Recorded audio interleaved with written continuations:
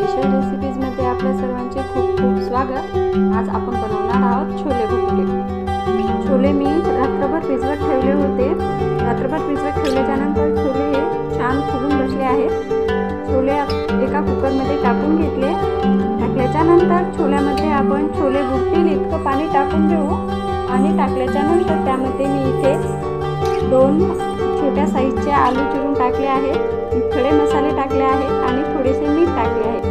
छोले शिजते वेळेस मीठ टाकल्याने छोले चवदार लागतात। आता फोडणीसाठी मी इथे एक मोठा कांदा चिरून घेतला आहे। कांदा अगदी बारीक चिरलेला आहे। मोठा कांदा चिरल्यामुळे टोमॅटो चिरायला चॉपिंग बोर्डवर जागा सुद्धा नाही, त्यामुळे मी कांदा एका वाटीमध्ये बाजूला काढून ठेवला आहे। टोमॅटो हे मी उभे चिरत आहे। शिट्या पण झालेल्या आहेत। कुकरमधले जे छोले होते ते मी पातेल्यामध्ये ओतून घेतले आणि पातेल्यातले काही थोडेसे छोले मी बाजूला काढून घेत आहे। साधारण अर्धी वाटी छोले मी बाजूला काढून घेणार आहे। हे बघा, आपले छोले छान शिजलेले आहेत। फोडणी देण्यासाठी कढईमध्ये मी तेल गरम केले, त्यामध्ये मोहरी घातल्या। मोहरी टाकल्यानंतर अर्धा चमचा जिरे टाकले। मोहरी जिरे छान तडतडले की त्यामध्ये 10 ते 12 लसणाच्या पाकळ्या बारीक चिरून टाकल्या। लसूण तळला की त्यामध्ये बारीक चिरलेला कांदा टाकून घेऊ। कांद्याला आपण छान परतून घेणार आहोत। लालसर रंग येईपर्यंत साधारण कांदा परतून घेऊ। लालसर रंग आलेला आहे। आता आपण त्यामध्ये टोमॅटो टाकू। त्यावर थोडेसे मीठ टाकून घेऊ। मीठ जास्त टाकायचे नाही, कारण की आपण छोले शिजते वेळेस मीठ टाकलेले आहे। यावर पण थोडेसेच मीठ टाकून घेऊ, जेणेकरून मीठ जास्त होणार नाही। मीठ टाकल्यामुळे टोमॅटो हे तेलामध्ये लवकर विरघळले जातं, लवकर बारीक होतं। आता मी त्यामध्ये मसाले टाकून घेत आहे।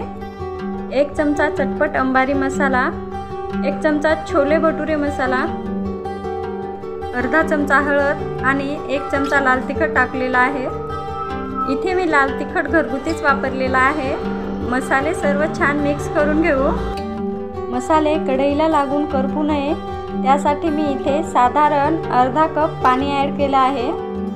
पाणी टाकल्यानंतर थोडा वेळ परतून घेऊ। सर्व मसाले एकजीव करून घेऊ। 1 ते 2 मिनिट मसाले छान शिजवून घेऊ। शिजल्यानंतर हे बघा, सर्व मसाल्यांना तेल सुटलेलं आहे। याला आपण ग्रेव्ही सुद्धा म्हणू शकतो। आता यामध्ये मी कसुरी मेथी आणि थोडीशी कोथिंबीर टाकून घेत आहे।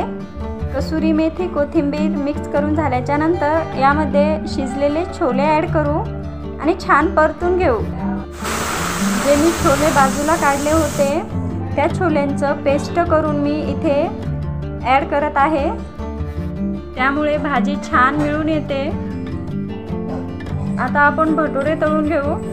भटुरे हे मी आपल्या गव्हाच्या पिठाचेच केलेले आहेत। रोज जे पोळीसाठी आपण पीठ वापरतो त्याचे। आमच्या इथे जास्त मैदा वापरला जात नाही, त्यामुळे भटुरे हे मी गव्हाच्या पिठाचेच केलेले आहेत। हे बघा, आपले छान भटुरे तयार झालेले आहेत, टम्म फुगलेले देखील आहेत।